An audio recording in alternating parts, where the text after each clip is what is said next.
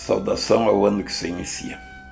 Queridos amigos, minhas queridas, o ano de 2019 se iniciou e é justo e humano que todos se desejem mutuamente, das mais diversas formas, um ano feliz. Existe desde a forma mais espiritualista, digamos, como a que Deus abençoe o ano que se está iniciando.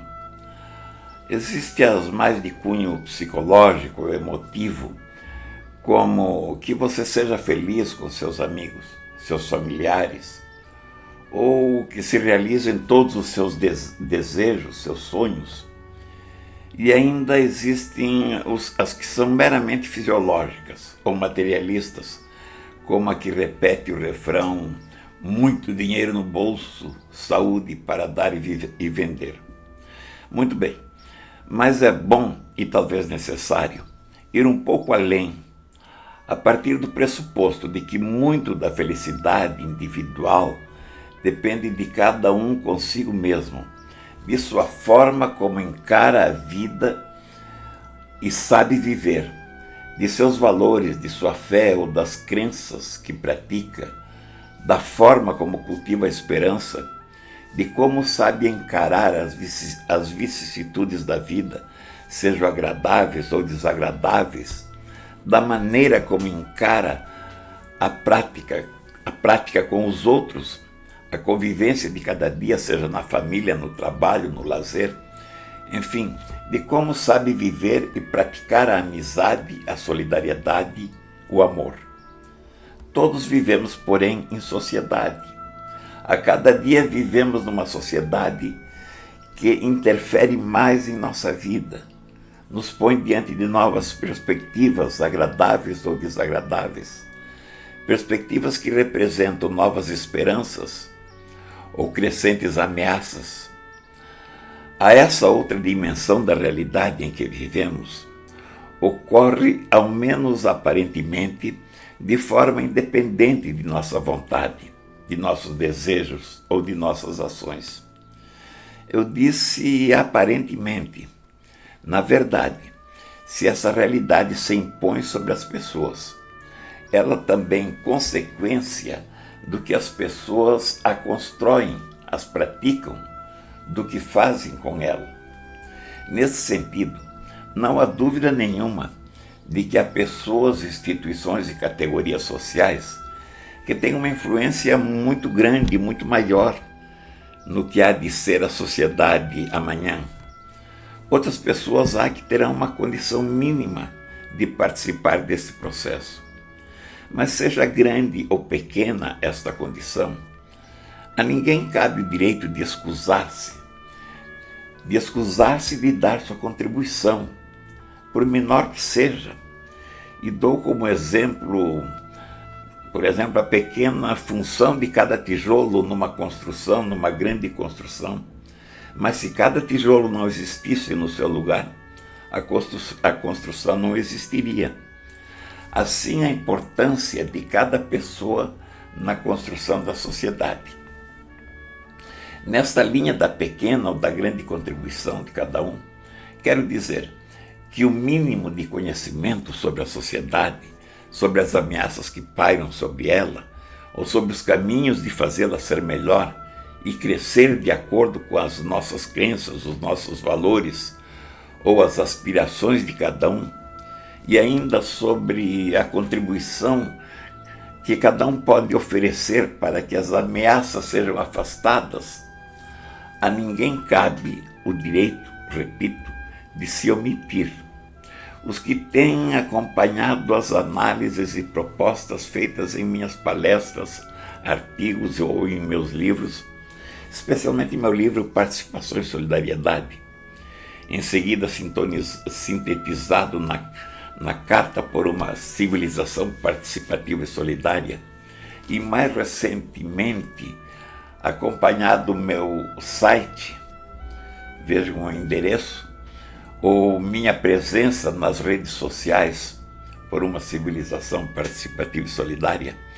Estes sabem que tenho posto como a grande ameaça que recai sobre a sociedade, com todas as implicações e consequências que dela decorrem, a verdadeira dessintonia ou desritmia ou distância crescente entre os avanços da ciência e da tecnologia e a imobilidade ou o conservadorismo das instituições sociais, sejam as instituições de ordem política, econômica, ética ou social, ou de qualquer outra ordem. Como instituições, meus amigos, minhas queridas amigas, entendo neste contexto os fundamentos, as normas, as leis que as organizam, chamando a atenção para o importantíssimo fato de que essas instituições são as mesmas que foram criadas no século XVIII ou no século XIX, ou até antes. Quero dizer, na época em que a ciência experimental mal engatinhava e os avanços tecnológicos se reduziam à máquina a vapor, ao trem de ferro e talvez alguma coisa a mais, o que comprova a afirmação a que me referi sobre o conservadorismo das instituições ou sua imobilidade. Vivemos sob regimes ou instituições dos séculos XVIII ou XIX, meus queridos. Desde então, nesse mesmo tempo, em que as instituições permaneceram as mesmas, a ciência e a tecnologia evoluíram para a descoberta e o uso da energia atômica. A química penetrou no íntimo da matéria, a biologia nos mistérios da vida, da genética, do DNA. A física atingiu a velocidade supersônica, penetrou no espaço, chegando aos extremos do sistema solar e se preparando talvez para invadir o universo infinito.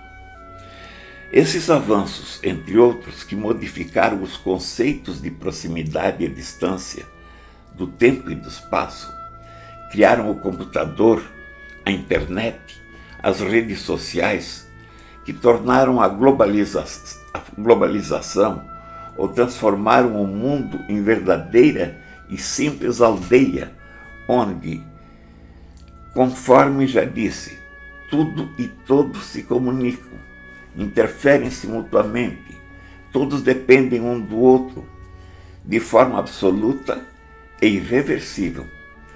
Enquanto isto, as instituições permanecem as mesmas. A economia continua comandada pelo capital, seja nas mãos do Estado, seja nas mãos de pessoas, grupos ou corporações. Esses regimes, comandados pelo capital, utilizando-se do poder da tecnologia, fazem com que o Estado ou esses grupos concentrem cada vez mais, além da riqueza material, concentrem o conhecimento, a cultura, a ética, as modas ou os usos e costumes da sociedade.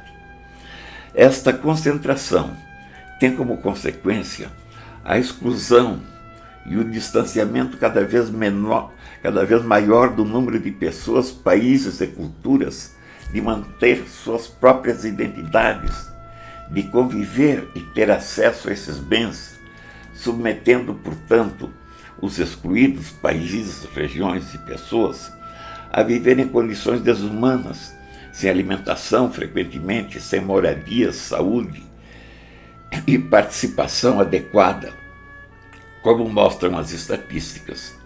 Situações que inviabilizam o próprio exercício da liberdade, submetidos todos ao que lhes impõe os sistemas globais. A concentração política se condiciona, em consequência, ao tipo de regime ditado pela economia.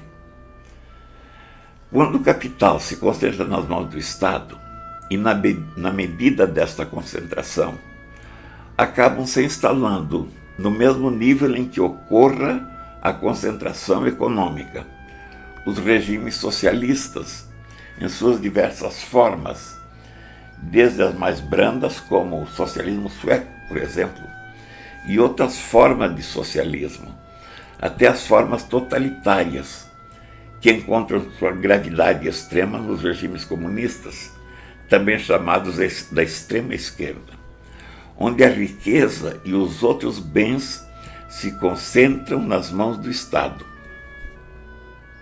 Quando, porém, o capital permanece nas mãos de particulares, sejam corporações, grupos ou indivíduos, resultam os regimes capitalistas em suas formas relativamente distributivas e, portanto, preservando, ao menos teoricamente, as liberdades individuais, até as formas chamadas liberais, que da extrema-direita, onde a riqueza e os outros bens se concentram cada vez mais nas mãos de um número cada vez menor de corporações, de regiões ou de pessoas. Dessa forma, nesses modelos, sustentados pelo monopólio da ciência e da tecnologia, que os torna iguais na essência e diferentes apenas na forma. Iguais, por exemplo, na concentração e na correspondente exclusão. Na verdade, são modelos que se originaram nos tempos anteriores aos avanços referidos da ciência e da tecnologia. Naqueles tempos, antes desses avanços, funcionavam de forma relativamente sustentável, porque as tecnologias existentes não permitiam a concentração absoluta ou global. No entanto, a dimensão alcançada pelos avanços da ciência e da tecnologia, utilizados hoje em favor da concentração, está destruindo o mínimo de equilíbrio ou de sintonia na organização social. E esse desequilíbrio ameaça a sustentabilidade, tanto da sociedade global, como nas sociedades locais ou regionais, ou nos países, causando toda a ordem de crises na economia, na política, na ética, na cultura, na própria habitabilidade do planeta, pelo esgotamento de seus recursos naturais, pela degregação ambiental, pelas mudanças climáticas e suas trágicas consequências. Meu desejo, caríssimos amigos, minhas queridas, é que neste novo ano que se inicia, possamos manter a esperança e ver o início de um novo processo de reverter esse rumo suicida, responsável por tantas injustiças, tanta revolta, tantos conflitos, tanta desesperança e tanta angústia em relação ao futuro que nos espera. De minha parte, no sentido de contribuir na reversão desse processo suicida e na adoção de um novo modelo de organização social, orientado para que os avanços da ciência e da tecnologia sejam utilizados em favor do homem, da organização de uma sociedade justa e sustentável. De minha parte, dizia, espero poder continuar lutando nas redes sociais por uma civilização participativa e solidária, e especialmente em meu site. O endereço também está disponível, participação e solidariedade.com.br, para que a cooperação, substituindo a competição e os conflitos, e a desconcentração, substituindo a concentração e a exclusão, permitam superar a ideologia do capital, feito senhor do mundo, seja nas mãos do Estado, como querem os socialistas de esquerda, seja nas mãos de grupos e corporações, como querem os capitalistas da direita, agregando os esforços, e eu diria, já que estamos ainda nos tempos de Natal, unindo as pessoas de boa vontade para a construção de uma sociedade justa, humana, participativa e solidária. Neste novo ano, conto com você, querido amigo e minha querida amiga, para esse esforço que parece acima de nossas fracas forças. Mas estamos certos de que milhões de pessoas no mundo milhões que formam a massa de consciência em torno desses mesmos valores, que são meus e seus, caminhem conosco e nos fazem a consciência ou a certeza de que não estamos sós, como os tijolos da construção a que me referi. Acesse meu site e minha rede social. Difunda, reflita, comente, compartilhe.